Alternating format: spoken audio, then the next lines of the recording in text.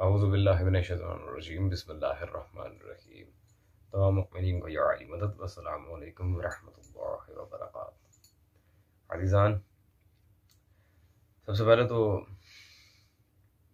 دیر سے حاضری کے لیے معذرت، اور یقیناً شعبان کی خوشیاں آپ سب مومنین کے گھروں میں برکتیں لے کر آ رہی ہیں۔ دعا ہے اللہ تبارک و تعالی اور محمد و اہل بیت محمد صلی اللہ علیہ وآلہ وسلم اسی طرح آپ کے گھر میں برکتوں کا نزول فرماتے رہے۔ آج عزیزان ہم ان مولوی صاحب کو جواب دینے جا رہے ہیں۔ انہوں نے خیر بغض علی کی انتہا کرتے ہوئے ایک عجیب و غریب وظیفہ دینے کی کوشش کی ہے برادران اہل سنت کو، اور یہ وہی مولوی صاحب ہیں جنہیں اسی سال محرم اور سفر کے درمیان ہم نے امام حسین صلوات اللہ علیہ پر جواب دیا تھا، اور اس کے بعد یہ معافیہ مانگنے پر آ گئے تھے۔ اب حضرت نے جسارت کیا مولا علی کے لیے لحاظ سے، تو اس بات کو بھی کمپلیٹلی کمپائل اپ کرتے ہوئے چلتے ہیں جی حضرت کے بیان کی طرف، اور یہ دیکھتے ہیں کہ انہوں نے کیا بات کرنے کی کوشش کی ہے اس زوم میں۔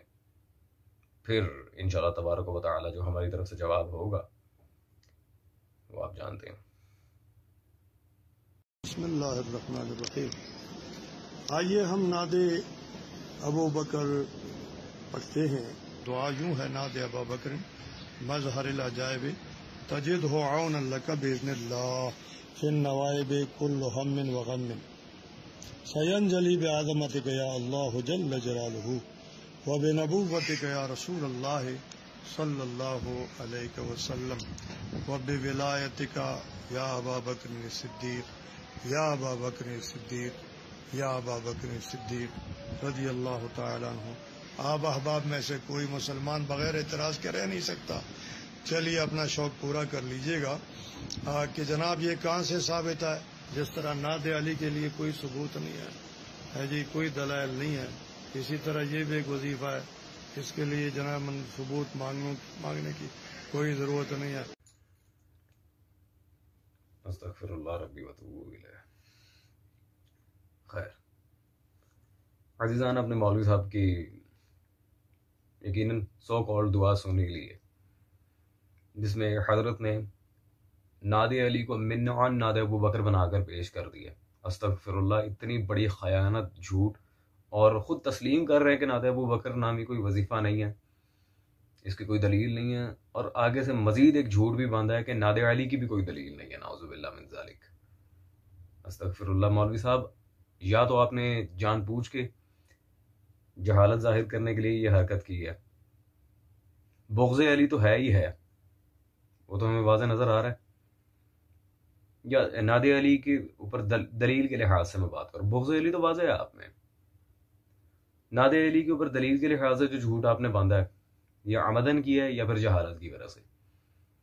تو آئیں چلتے ہیں شیعہ سنی دونوں کتب کی طرف، اور یہ دیکھتے ہیں عزیزان کہ واقعی نعت علی شیعہ سنی علماء نے درج کی ہے اپنی کتب میں یا نہیں، کیونکہ نعت ابو بکر کے بارے میں جو انہوں نے سو کالڈ بنائی ہے استغفر اللہ، وہ بکواس سے زیادہ کچھ نہیں ہے، اور میں پوری دنیا کے علماء کو، یہ حضرت کی تو حیثیت ہی کچھ نہیں ہے، پوری دنیا کے علماء کو اس بارے میں چیلنج کرتا ہوں، کسی ایک شیعہ یا سنی کتاب میں نعت ابو بکر کا مجھے کہیں کسی لحاظ سے ذکر دکھا دیں، ہے ہی نہیں، جھوٹ۔ خیر، سب سے پہلی بات تو یہ ہے کہ عزیزان نعت علی کے اوپر شیعہ سنی دلائل بھرے پڑے ہیں کتابوں میں، ان میں سے چند ایک میں آپ کی خدمت میں آج پیش کر رہا ہوں۔ یہ مولوی صاحب کی طرح ایک اور شیعہ مولوی بھی ہیں، مولوی محمد حسین نجفی المعروف ڈھکو صاحب، انہوں نے اپنی اس کتاب میں اصول الشریعہ میں نعت علی کا انکار کیا تھا۔ پہلے تو ان کو بھی جواب دے دیں ہم۔ حضرت کی اس کتاب اصول الشریعہ کے جواب میں جناب علامہ سرکار مرزا یوسف حسین لکھنوی رحمہ اللہ تعالی علیہ، انہوں نے یہ کتاب لکھی تھی حقائق العقائد، یہ میرے ہاتھ میں موجود ہے عزیزان، بجواب اصول الشریعہ، اور صفحہ نمبر 110 پر دو ٹوک الفاظ میں آپ دیکھ سکتے ہیں، انہوں نے نعت علی یہاں کوٹ بھی کی ہے پوری، اور اس کے بارے میں وضاحت دیتے ہوئے فرماتے ہیں یہ صرف جائز نہیں بلکہ سنت رسول صلی اللہ علیہ وآلہ وسلم بھی ہے، اور بوقت ضرورت واجب بھی ہے۔ حد یہ کہ یہ ذرا غور کریں حد یہ ہے کہ نعت علی اب صرف حدیث نہیں رہی بلکہ حسب ارشاد حضرات معصومین صلوات اللہ علیہم اجمعین دعا قرار پا گئی. صرف حدیث نہیں، دعا بھی قرار پا گئی. عزیزان، شیعہ موقف تو دو ٹوک آپ کے سامنے آ گیا الحمدللہ. اب چلتے ہیں برادران اہل سنت کی طرف کہ انہوں نے کیا کیا اس بارے میں لکھا ہے، اور ایک ایک چیز کو ہم آپ کے سامنے کلیئر کرتے چلتے ہیں. تو اس بارے میں سب سے پہلے میں آپ کے سامنے عزیزان پیش کرنا چاہوں گا برادران اہل سنت کے محدث الکبیر ابراہیم بن محمد الجوینی خراسانی کی کتاب فرائض السنتین.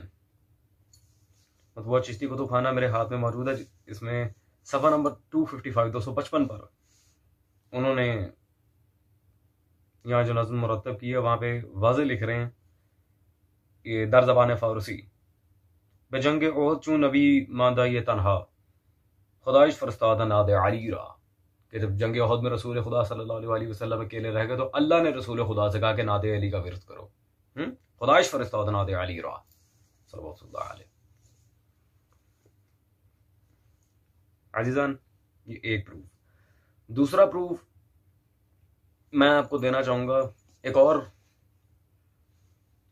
مناظر و محدث اہل سنت احمد رضا خان بریلوی صاحب، ان کی میرے ہاتھ میں موجود ہے فتاوی رضویہ. اس کی جلد نمبر 15 ہے. فتاوی رضویہ میں صفحہ نمبر 217 پر احمد رضا خان بریلوی صاحب نے بالکل واضح، آپ دیکھ سکتے ہیں یہاں پر ناد علی نقل کی ہے. بالکل وہی ناد علی مظہر العجائب، بالکل وہی.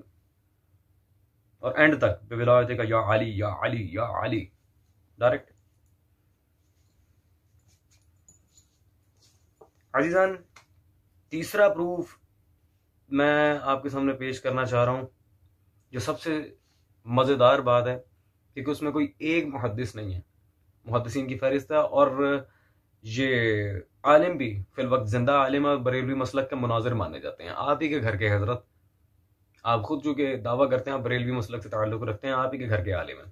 مفتی حنیف قریشی صاحب، ان کی کتاب میرے ہاتھ میں موجود ہے، مطبوعہ زاویہ پبلیکیشنز، اعلیٰ حضرت فاضل بریلوی اہل بیت نبوت صلی اللہ علیہ وسلم کے حضور میں. اس کتاب میں صفحہ نمبر 100 پر انہوں نے واضح ناد علی کے بارے میں لکھا ہے: شاہ ولی اللہ اور ان کے 12 اساتذہ حدیث و پیران سلسلہ ناد علی کی سندیں لیتے اور اجازتیں دیتے، وظیفے کرتے.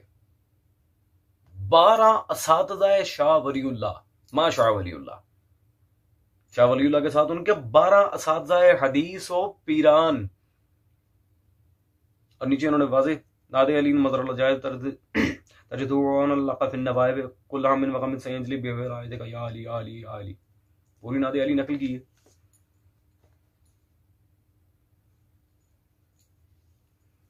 عزیزان، میں آپ سے گزارش کروں گا، اب پیچھے کچھ رہ گیا.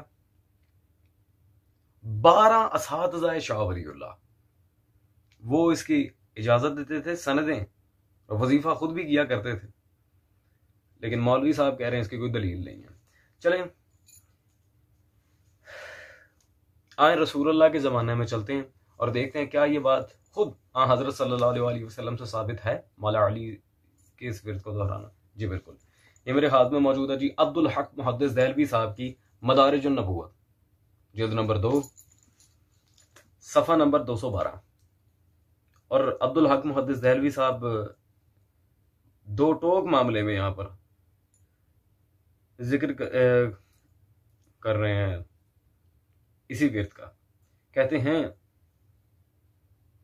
یہ جنگ احد کے لحاظ سے ناد علی مظہر العجائب تجدہ اللہ فی النوائب کا ذکر اسی معاملہ اور جنگ سے تعلق رکھتا ہے. عبدالحق محدث دہلوی خود فرما رہے ہیں.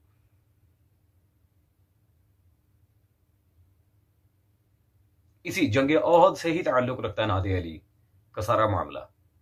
رسول صلی اللہ علیہ وسلم نے خود اس ورد کو جاری فرمایا تھا.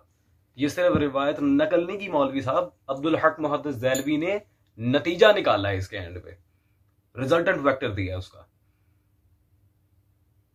مولوی صاحب یہ بات تو آپ بھی جانتے ہوں گے کہ اگر کوئی محدث یا مورخ کوئی روایت نقل کرتا ہے تو وہ اس کا ذمہ دار نہیں، کیونکہ وہ فقط ناقل اور ناقل امین ہوتا ہے۔ عبدالحق محدث دہلوی نے نتیجہ نکالا ہے، رزلٹ، نتیجہ گیری کی ہے۔ جو نتیجہ نکال رہا ہوتا ہے ہمیشہ مجرم وہی ہوتا ہے، کیونکہ وہ اس روایت کو صحیح مان رہا ہوتا ہے۔ والحمدللہ اتنے دلائل کے بعد بھی اگر کوئی نادی علی کا منکر ہے اور آپ کی طرح یہ سو کالڈ جھوٹے وظیفے بنانے بیٹھا ہوا ہے تو اللہ ہی ہدایت دے۔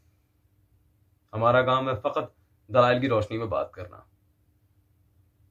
آپ حضرات جو مرضی کرتے پھریں، ہمیں اس سے کوئی فرق نہیں پڑتا، بس اہل بیت نبوت صلی اللہ علیہ وآلہ وسلم کے لحاظ سے اپنی زبانوں کو لگام دیں۔